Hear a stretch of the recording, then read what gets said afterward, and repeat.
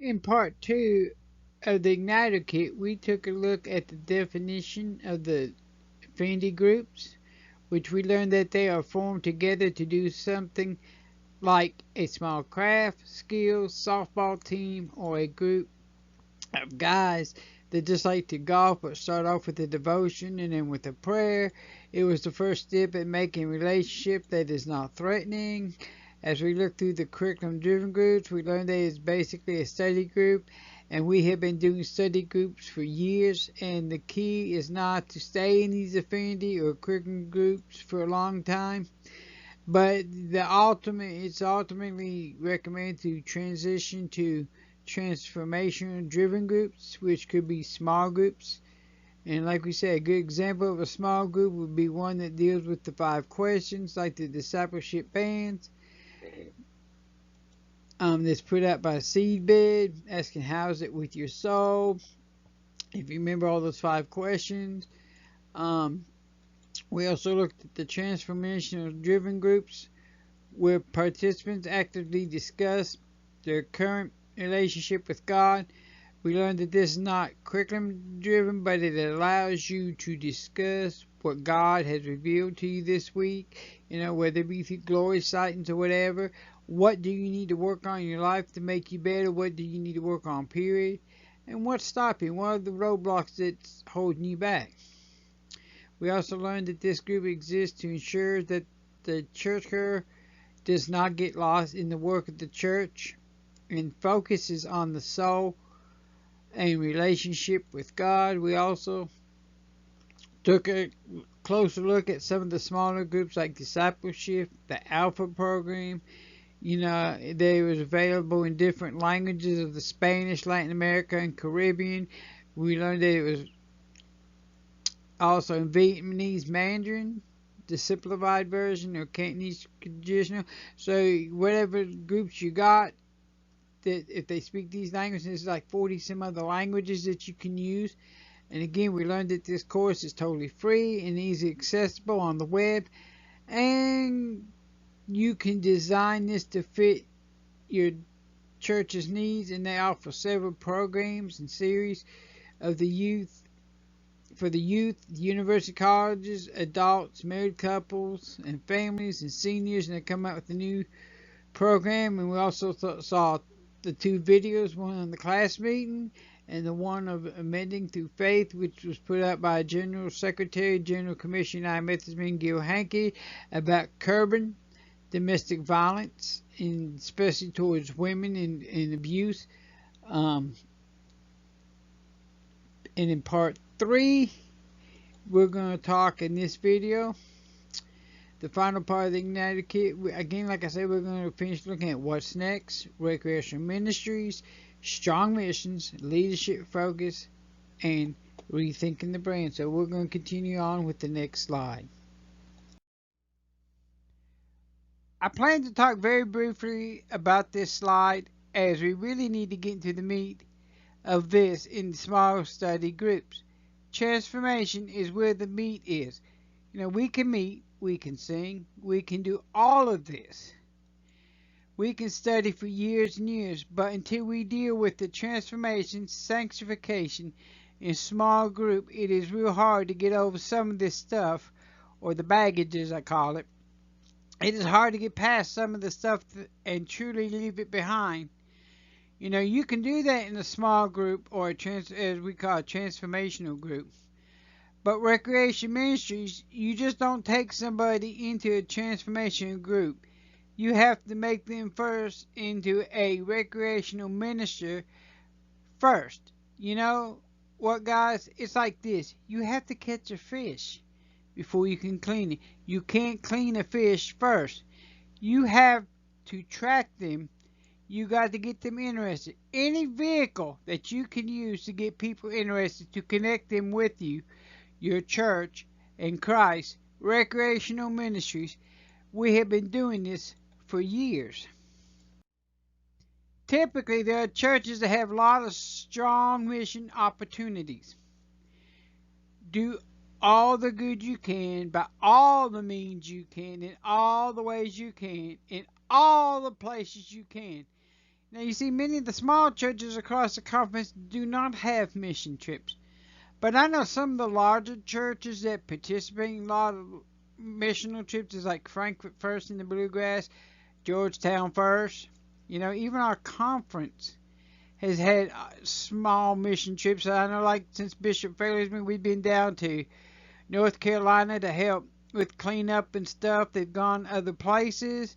You can always contact the conference for any mission trips if you want to go on, or some of your big churches, like I mentioned before, Frankfurt First, Georgetown, they're always going on a mission trip.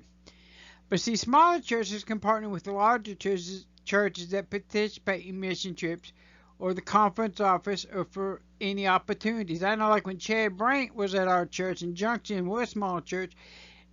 He's a mission type guy, and he had mission groups from Michigan come down and then help in the local community, and then he eventually got some of the other churches to help with little mission ideas around Junction City and Paravel and Danville. So, I mean, if you got somebody in your church that's strong on missions, maybe they can help you get going. We are finding with young people, mission is the way they get connected first. You can actually get connected at any of those groups. Ultimately, we want you in those transformation groups, ultimately to get right, to connect to the vine, to get transformed, and have God's sanctifying grace change you. This slide, we're going to talk a little about leadership and General Commission United Methodist Men focus areas. You can see on the slide they got different areas, but we want you to be a hero maker, not a hero itself. Discovering, equipping, and sending the next generation of men leaders is vital to the continued success of your ministry. We encourage you to create a leadership pipeline in your church based on the idea that you want to grow leaders and not make yourself a hero. Even if you're a small church, you can think intentionally about who the next leaders could be. We recommend the following 5 areas to you as a potential leadership practices for your men. Multiplication thinking is the first. Think intentionally about leadership growth by relational discipleship. How can you pour into someone who can pour into someone else? Permission giving. Make yes your default response so that others can learn even if they fail. Gift activate. Gradually release leaders to new opportunities as their gifts and skills grow. Disciple multiplying. Invest in the work of helping others succeed. Kingdom build. Define success by what you release and send out, not by program. There are 2 of the best leadership development programs that are offered through the conference. The first I know of on hand, you've heard many times this year, not only from your conference but within your district, most likely from your district superintendents and those who attend the discipleship course. That is a great one, like I mentioned earlier. It was presented several times throughout the year and even on LACE. Like I say, it's at our conference office on a Friday and Saturday. Even the Leadership Academy for Church Excellence, LACE, like I said, had a mini version of this. And I explained to you that the morning half briefly covers what happens on day 1, and the afternoon session briefly covers what's on the second day. Like I said, I've attended both. In May, it just happened that the weekend before the 2-day session was the one at LACE, and I'm going to tell you what, I feel like I can never stress enough how much I felt prepared from going through them both and also reading the book a little bit to it. So I encourage you to get with your district superintendent, get with the conference, get with your LACE coordinator, and find out when the next sessions are going to be. If you can't attend one, you got a chance to attend the other. And you can read that book and take notes. And if you want a little sample of this, you can also go to YouTube and go to the Kentucky Methodist page and look for Advanced LACE May 2019. And that covers what we did in the morning session of LACE. It's a miniature version of what you can expect. And like I said, Jim Faint from Maysville Trinity led this session. So you can watch this and you might learn something and you might get you prepared. And it might even get you excited to attend the 2-day session. Now, like I said, I strongly encourage you to go. It's one of the best classes I have been to so far. And I hope they keep doing it. Like I said, I want to get to where we do it within, this area and maybe teach, have churches come down here. Who knows what's going to happen. We'll go wherever God leads us to go.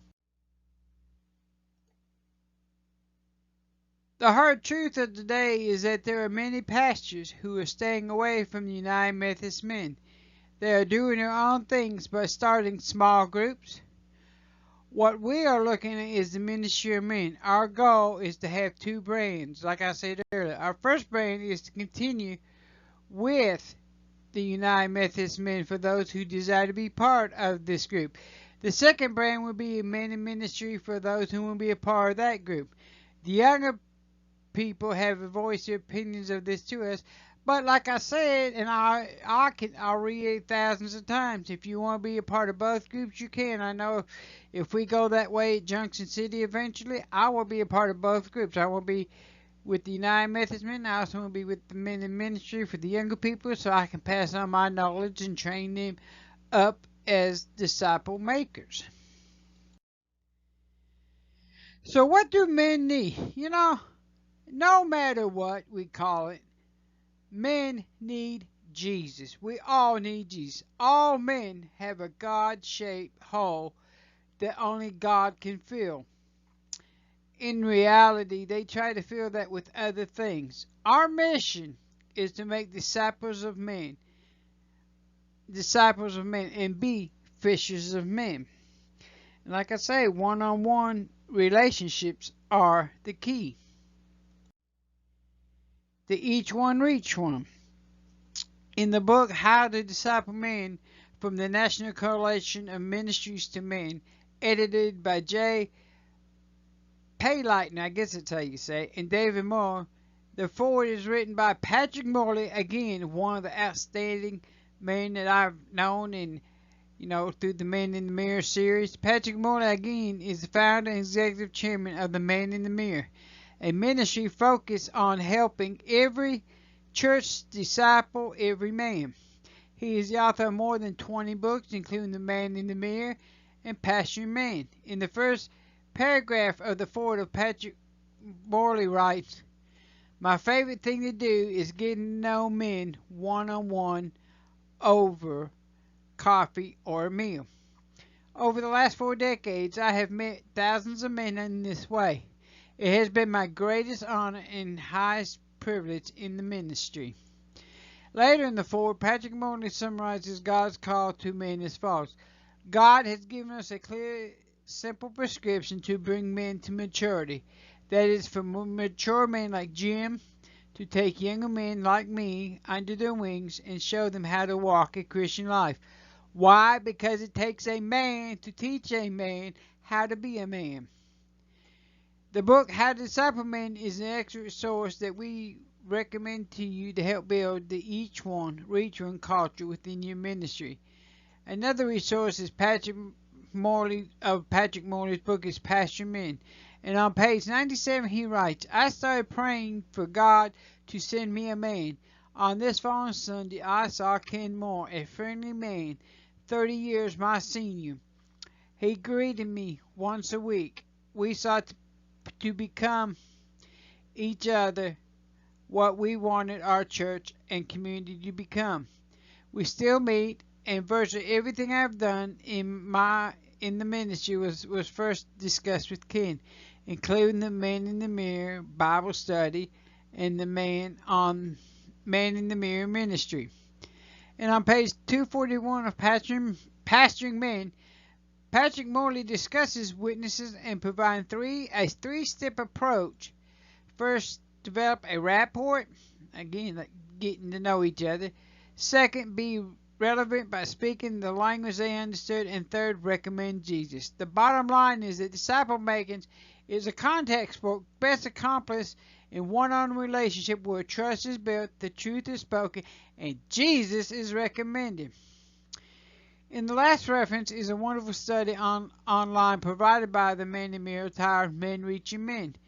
It can be found at mimbiblestudy.com. If you can equip your men to the each one reach one, then your men's ministry will survive or thrive.